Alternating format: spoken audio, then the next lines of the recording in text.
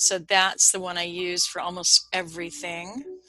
Just make a really nice muted background. That's really all we're doing.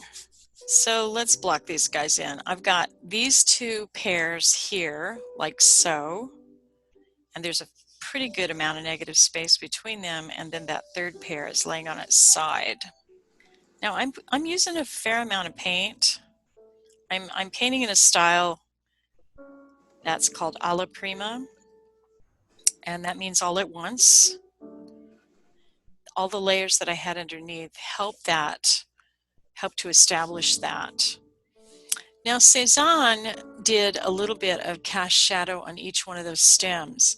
So to do that, since we've already got the dark brown there, grab a tiny bit of titanium white on your round brush and just come back down along that stem.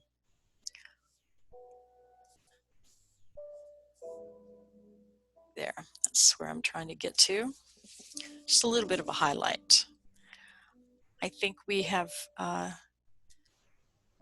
done all of the pears, done everything we need to the pears.